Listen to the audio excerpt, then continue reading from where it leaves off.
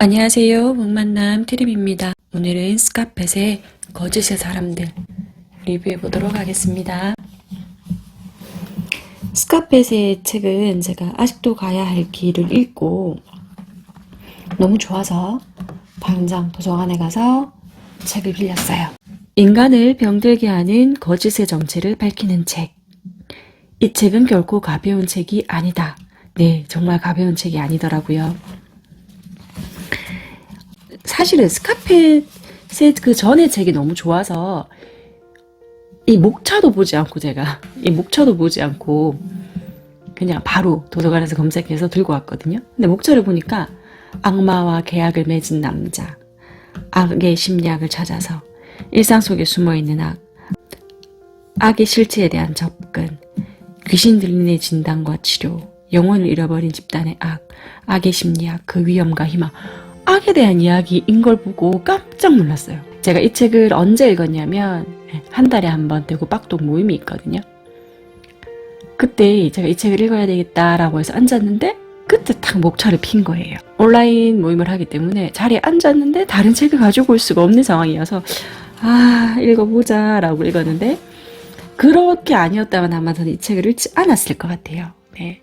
너무 좀 처음에 접근 방법이 조금 저에게는 선뜻 손에 가지 않는 내용이었는데 근데 알고 보니 그 악이 제가 생각했던 그 악이 아니더라고요.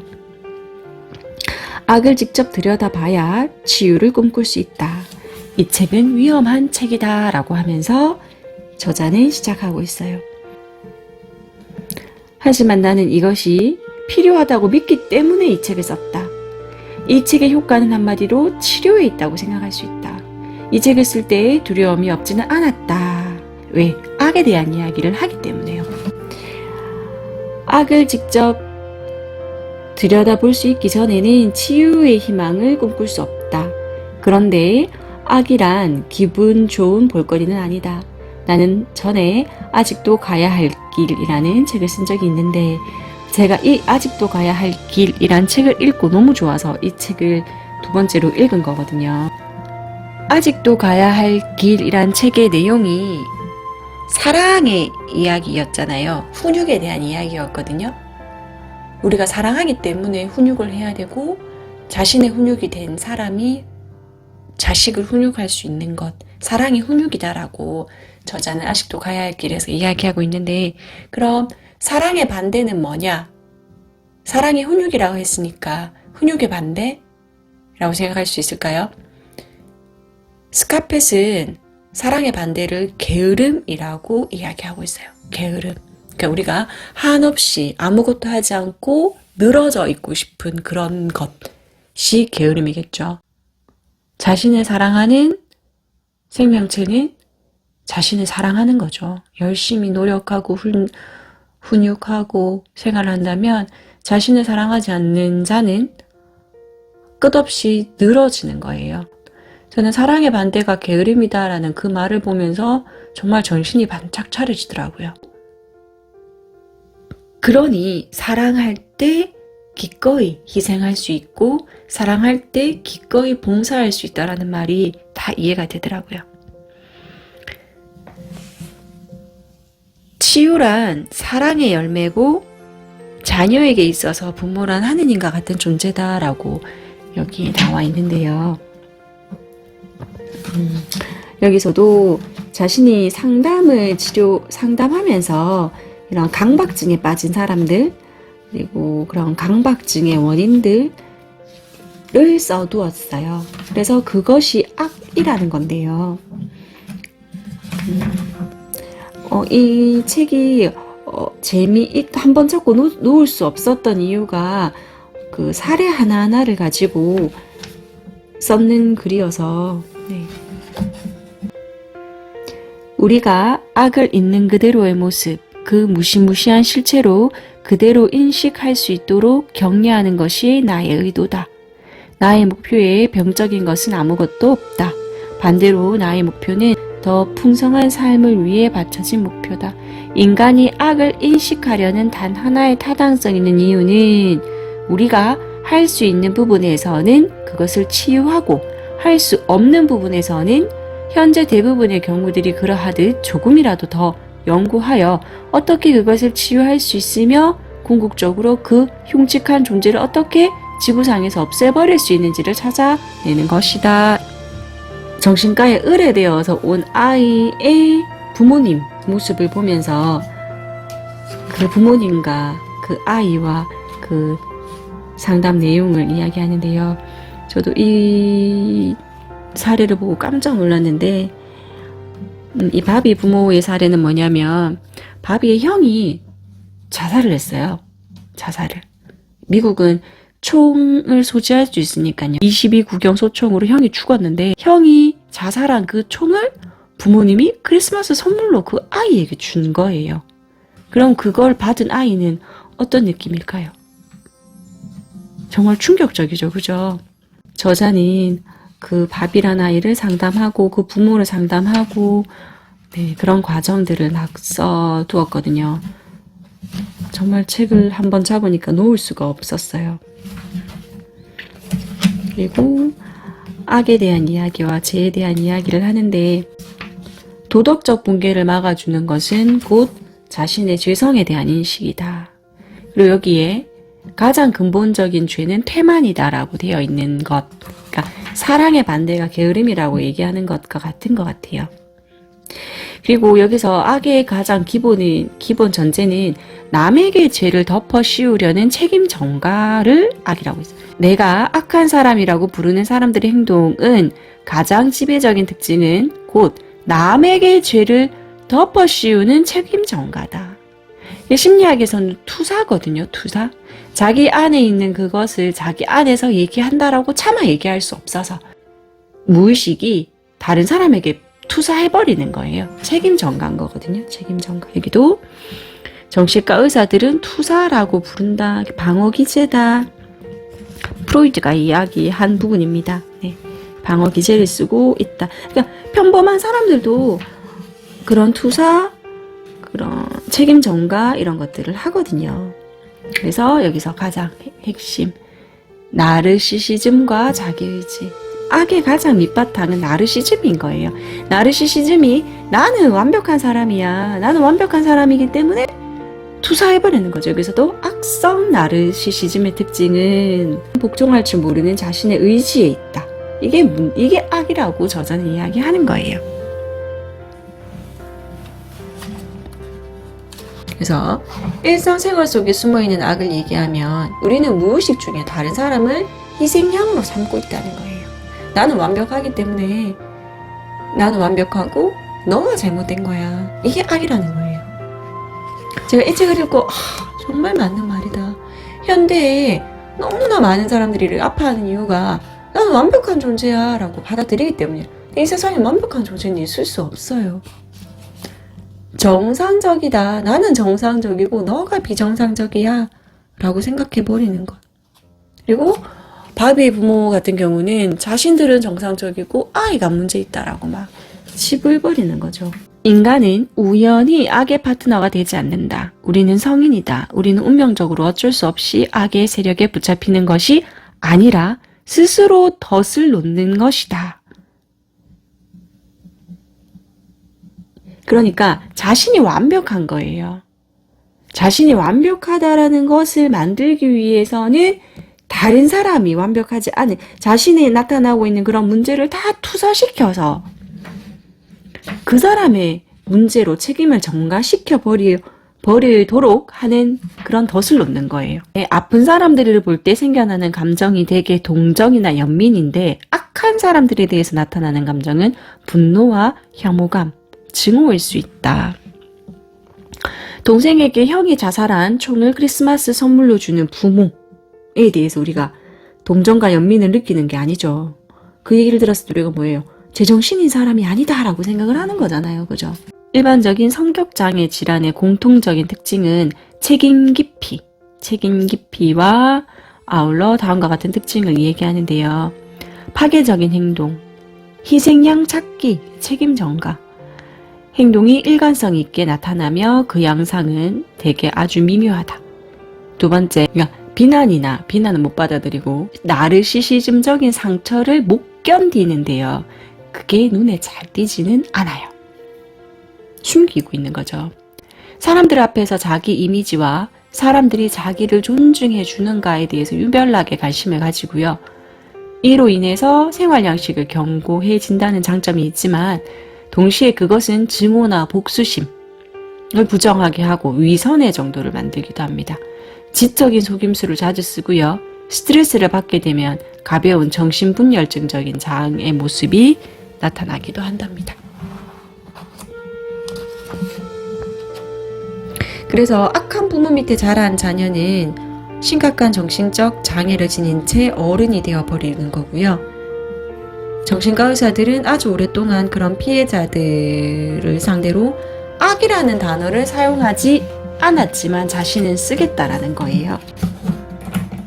악의 실체를 접근하는 법. 그러니까 악이라는 병에 걸린 사람들, 그러니까 악을 병이라고 지금 치유하고 있어요. 그래서 우리가 생각하는 보통 기독교에서 선과 악, 그런 의미, 그런 악과는 조금 다른 거예요. 자기 기만, 그러니까 책임 전가, 투사 하고 있는 그런 사람들을 악한 사람들이라고 저자는 칭하고 있어요. 우리 사회 안에서 얼마나 많은 집단 따돌림, 얼마나 많은 헐뜯음 이런 게 있나요? 이게 다 악한 사람들이라는 거예요. 네. 그런 괴롭힘을 방관하는 사람들조차도 사실은 악한 사람들인 거죠. 근데 그 악함의 그 밑바닥은 뭐다? 나는 완벽해. 나르시즘과 그 모든 잘못된 문제가 너 때문이야 라고 하는 그런 책임전가. 이게 악하다라는 거죠. 그럼 우린 사랑해야 되는데요. 게으름의 반대가 사랑이라 했잖아요. 사랑의 반대가 게으름이라고 했잖아요. 그래서 다시 한번 기회가 온다면 어떻게 해야 될까? 나는 전보다 자신감을 갖고 훨씬 빨리 찰린의 병의 원인이 악이라고 진단을 내릴 것이다 라고 얘기를 합니다. 집단의 악을 어떻게 예방할 수 있을까? 집단의 악을 어떻게 예방할 수 있을까? 현대사회 속에서 나타나는 그런 악들이 집단의 악으로 나타나는 거잖아요. 집단 따돌림, 집단 괴롭힘. 그래서 악의 심리학, 그 위험과 희망에 대해서 한번 이야기해 보려고 합니다. 악의 근원적인 치료법은 결국은 사랑이라는 거죠. 도덕적 판단의 위험이라고 성경의 이야기가 좀 나오는데요. 너희가 심판받지 않으려거든 심판하지 말라라고 하는 성경의 말씀을 가지고 이야기하고 있습니다. 악도 하나의 도덕적인 판단이라고 하는 건데요. 비판받지 아니하려거든 비판하지 마라. 판단하지 마라는 거죠. 그리고 우리가 과학의 권위 밑에 도덕적인 판단을 묻어둘 때 나타나는 위험에 대해서 이야기하고 있어요. 과학적으로 하니까, 그건 과학이니까 라고 하면서 우리가 그걸 도덕적인 판단을 하지 않을 때 정말 우리 사회는 너무 위험한 곳으로 흘러가 버릴 수 있는 거거든요. 미끄러운 경사길 논리와도 같은 논리예요. 그래서 과학자와 치료자에게 오는 위험에 대한 부분을 이야기하고 있습니다. 그래서 사랑이라는 방법론, 악이란 추한 것이다. 정말 추한 거죠. 자신의 잘못을 자신의 잘못이라고 얘기하지 않고 투사해서 다른 사람에게 책임을 전가해버리는 것은 정말 추한 행동입니다. 나는 너를 안다. 내가 너를 지었다. 나는 내가 어머니의 태 속에 있을 때부터 너를 사랑했다. 너도 지금은 알고 있다시피 너는 나의 사랑을 버리고 도망갔다. 그럼에도 불구하고 나는 너를 사랑한다. 내가 얼마나 멀리 도망갔든 그건 하나도 문제가 안 된다. 너에게 도망갈 힘을 준 것이 바로 나다. 그러나 결코 내가 아주 가게 하지는 않을 것이다.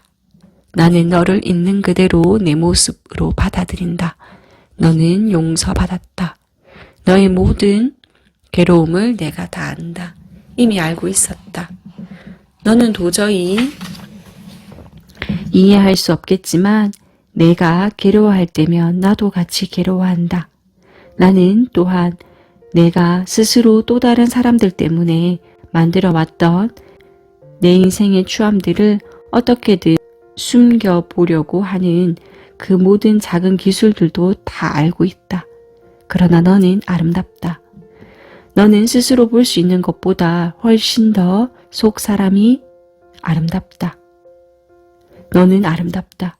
왜냐하면 오직 너뿐인 그 독특한 인격으로서의 너 자신을 통하여 이미 영원히 없어지지 않는 방식으로 나의 거룩함의 아름다움이 조금씩 흘러나오고 있기 때문이다. 너는 또한 내가 오직 나만이 앞으로 되어질 너의 아름다움을 보고 있기 때문에 아름답다. 약함 중에서 온전해지는 사람들을 바꾸는 내 사랑 능력을 통해서 너는 완벽하게 아름다워질 것이다. 너는 변경될 수 없는 독특한 방법으로 완벽하게 아름다워질 것이다. 그것은 너 혼자서 하는 일도 아니고 나 혼자서 하는 일도 아니며 너와 내가 함께 해나가는 일이다. 여기서 동화 속에 개구리한테 키스를 하자 왕자로 바뀌었다라는 그런 이야기 있잖아요. 키스를 한다고 어떻게 개구리가 왕자로 변할 수 있었을까? 이것은 사랑이지 않을까라고 저자는 조심스럽게 이야기합니다. 사랑이란 여러 다양한 방법으로 그러한 일을 할 수 있으며 그 방법들 가운데 어떤 것도 예견할 수 없다는 까닭에 나는 정확히 알지 못한다. 다만 사랑의 첫 번째 작업이 자기 정화라는 것은 알고 있다. 나를 제대로 돌아볼 수 있어야 한다는 거겠죠. 이런 일이 일어날 때마다 이 세상의 세력 균형에는 조금씩 변화가 일어날 것이다. 자기 정화. 치유란 사랑의 열매입니다. 자녀들에게 있어서 부모님은 하느님과 같은 존재고요. 악한 사람들은 책임을 전가하는 사람들. 나는 잘못이 없고 모든 게 다 세상의 잘못, 너의 잘못이다 라고 하는 그것이 악이라고 이야기하고 있어요. 특히 집단이라는 이름으로 악을 행하는 사람들은 집단이란 이름이기 때문에 양심이 분해되고요. 의존성, 스스로가 독립하지 않고 의존합니다. 그리고 나는 완벽하다라는 나르시시즘이 깔려 있습니다. 악한 개인들이 자신의 잘못을 들춰내는 것은 무엇이든 비난해요. 완벽하기 때문에 나의 이 완벽함을 감추고 있는데, 나의 완벽함이란 것으로 포장하고 있는데 그것을 들춰내려는 것은 다 비난하고 파괴해버린다는 거거든요. 그게 악이라고 저자는 이야기하고 있어요. 그래서 우리가 그런 것에서 우리를 보호하려면 자기 성찰, 자기 정화, 거짓이 악의 원인이고요. 지적 게으름과 나르시즘이 악의 원인이라고 저자는 이야기하고 있어요. 사랑의 반대말이 게으름이라 그랬잖아요. 그죠? 그러니까 게으름, 악의 원인 역시 게으름인데 어떤 게으름이냐? 우리가 사유하고 사고하고 성찰하려고 하는 그런 지적인 힘을 누르려고 하는 지적 게으름과 이런 건 하지 않으면서 나는 완벽해, 나르시즘. 모든 것들을 다른 사람, 세상 탓으로 돌려버리려고 하는 나르시즘.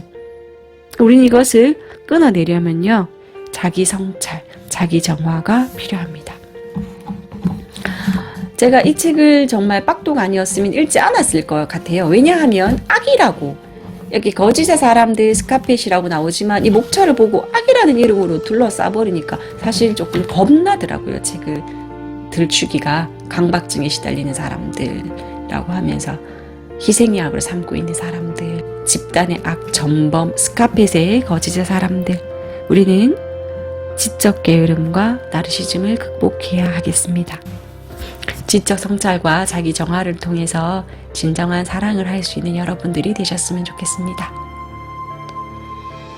귀한 시간 저의 영상 시청해 주셔서 감사하고요. 사랑합니다, 여러분. 감사합니다. 북만남 대림이었습니다.